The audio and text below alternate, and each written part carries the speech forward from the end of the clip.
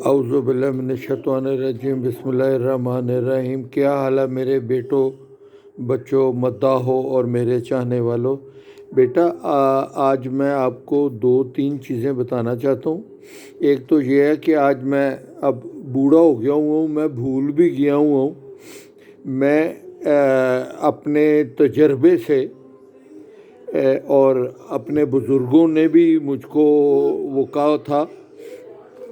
آج میں اتفاقاً بازار گیا مچھلی لینے، تو مجھ کو یاد آیا کہ میں آپ لوگوں کو بتا دوں کہ بیٹا اب آج کل موسم اب سردی کا آ گیا،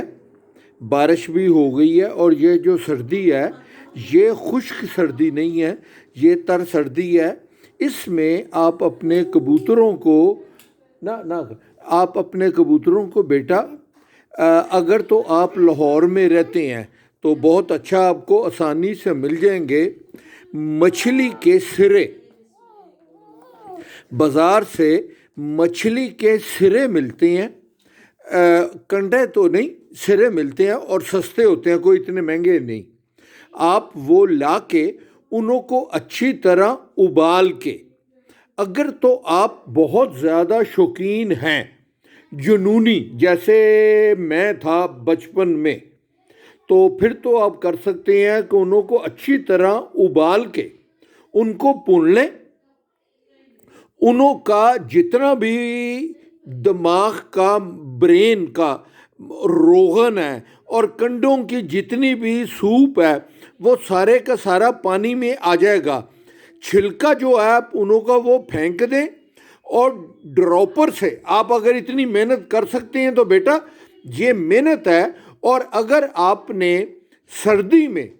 کبوتروں پہ تھوڑی سی محنت کی ہوگی نا، تو وہ گرمی میں جا کے آپ کو فائدہ دے گی بیٹا۔ اس میں یہ ہے کہ آپ انہوں کی یخنی تھوڑی سی پوری نکال کے رات کو سوتے وقت کوسی کر کے ڈراپر سے آپ انہوں کو 10 cc دے دیں تو بہت اچھی چیز ہے، بہت اچھی چیز ہے۔ اور اگر آپ اتنی محنت نہیں کر سکتے تو وہ جو ان کی یخنی ہے سروں کی، اس میں روٹی گوندھ کے،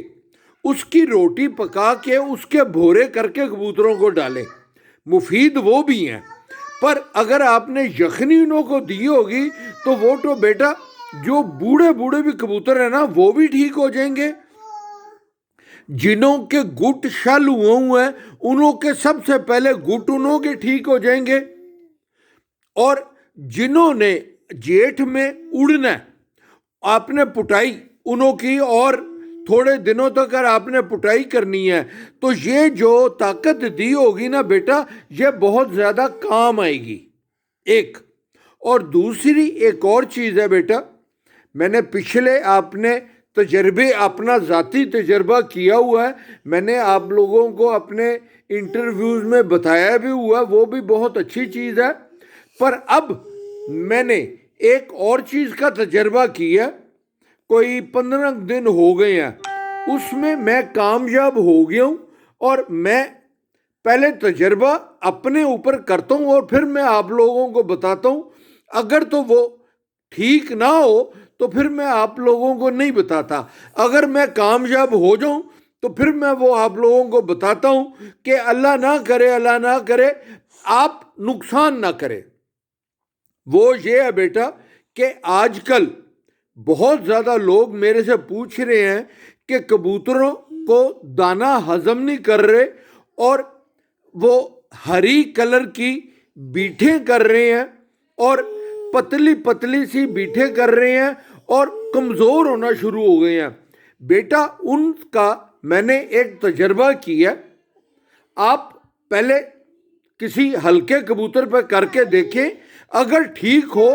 تو پھر آپ سب پہ کریں۔ بہت اچھا اور فائدہ مند چیز ہے۔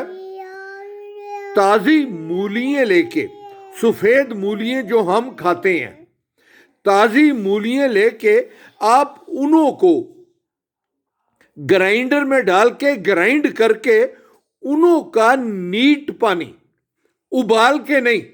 آپ مولیوں کو کاٹ کے پانی میں ڈال کے ابال کے وہ پانی ہے، وہ پانی بھی مفید ہے۔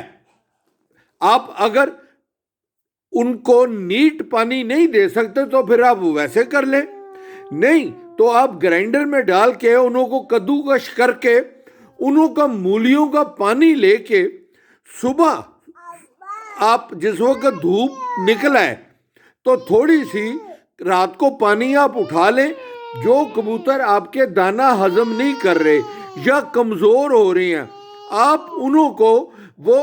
مولیوں کا 5 سی سی تازہ پانی ڈراپر سے دے کے آپ انہوں کو